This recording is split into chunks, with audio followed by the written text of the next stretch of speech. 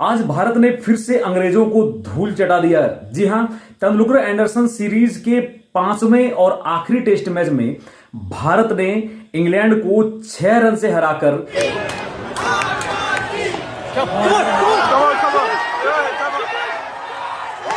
इस सीरीज को 2-2 के बराबरी पर खत्म कर दिया। जी हां, या यूं कहें कि भारतीय शेरों ने अंग्रेजों को उसके घर में घुसकर पीटा। आखिर ऐसा हम क्यों कर रहे हैं, ये जानना बेहद जरूरी है। जी हां, इंग्लैंड हो, साउथ अफ्रीका हो, ऑस्ट्रेलिया हो या न्यूजीलैंड हो, ये ऐसे देश हैं, ऐसे कंट्रीज हैं कि जहां पर जाके बल्लेबाजी करना बेहद आसान नहीं होता, बहुत ही चैलेंजिंग होता है वो बल्लेबाजी करना।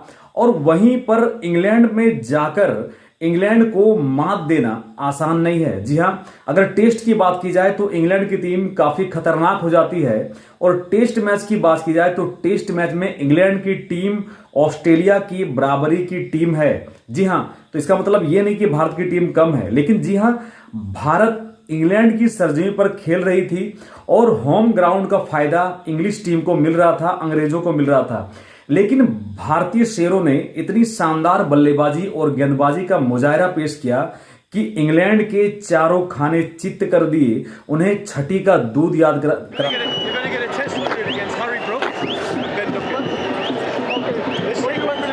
करा दिया और भारत ने यह सीरीज 2-2 की बराबरी पर लाकर खत्म किया। जी हां, सीरीज बराबरी का मतलब होता है कि भारत ने लगभग ये सीरीज एक तरह से जीता है। ऐसा हम क्यों कर रहे हैं? ऐसा इसलिए कर रहे हैं कि जब ये सीरीज शुरू हो रही थी उसकी जस्ट पहले बैन स्टोक का मीडिया में एक बयान आया था। उन्होंने कहा था कि इस सीरीज को हम एशेज सीरीज के प्रैक्टिस के तौर पर ले रहे हैं। जी हां, जानना जरूरी है, एशेज का जो सीरीज खेला जाता है इंग्लैंड और ऑस्ट्रेलिया के बीच में खेला जाता है, और बैन स्टोक ने इंडिया की यंग टीम को काफी हल्के में लिया था और कहा था कि उन्होंने सोचा था कि इंडिया की जो यंग टीम है इंग्लिश टीम के सामने टिक नहीं पाएगी, और हम लगभग इस सीरीज को प्रैक्टिस के तौर पर खेल रहे हैं, इन्हें हम उतना सीरियसली नहीं ले रहे हैं।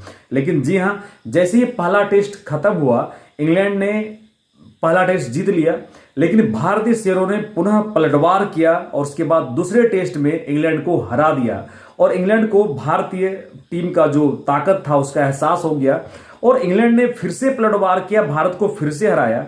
लेकिन जी हां, चौथे टेस्ट मैच में भारत ने इंग्लैंड की लगभग जीती हुई बाजी ड्रॉ कर दी। रविंद्र जडेजा और वाशिंगटन सुंदर ने इतनी बेहतरीन बल्लेबाजी की कि इंग्लैंड के गेंदबाज थक गए, भारतीय बल्लेबाजों को आउट नहीं कर पाए, और फाइनली वो हार कर हाथ मिलाने के लिए जडेजा के पास आए थे टेस्ट मैच ड्रॉ करने के रिक्वेस्ट करने के लिए। लेकिन जडेजा ने पूरा सेशन खेला था और सेंचुरी लगाया था। आप अंदाजा लगा सकते हैं कि भारतीय बल्लेबाजों ने किस तरह से इंग्लैंड टीम के गेंदबाजों को धोया था, उन्हें विकेट लेने को तरसा दिया था। और यही वजह है कि आखिरी टेस्ट मैच जब शुरू हुआ तो भारत ने पहले बल्लेबाजी करते हुए मात्र 224 रन का स्कोर किया।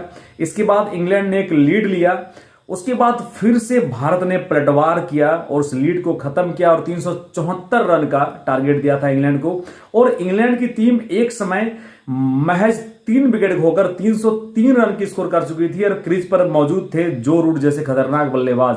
लेकिन इसके बावजूद भी भारतीय गेंदबाजों में डीएसपी सिराज और प्रसिद्ध कृष्णा की जो गेंदबाजी थी काफी घातक थी, साथ में ही आकाशदीप की गेंदबाजी, उसके सामने अंग्रेजी बल्लेबाज नहीं टिक पाए। और 5वें दिन डीएसपी सिराज ने काफी घातक गेंदबाजी की, उनकी गेंद लगभग आउट स्विंग हो रही थी, कभी इन स्विंग हो रही थी, अंग्रेजी बल्लेबाज खेल नहीं पा रहे थे, उन्हें नाच नचा दिया और 3 विकेट लेकर सिराज ने बेहतरीन काम किया। उसके बाद प्रसिद्ध कृष्णा ने 1 विकेट लिया और इस गेम में अंग्रेज को पस्त कर दिया और भारत ने यह मैच 6 रन से जीत लिया। जहां एक तरफ इंग्लिश टीम जीतती नजर आ रही थी, भारत ने उसके मुंह से जीत को छीन लिया।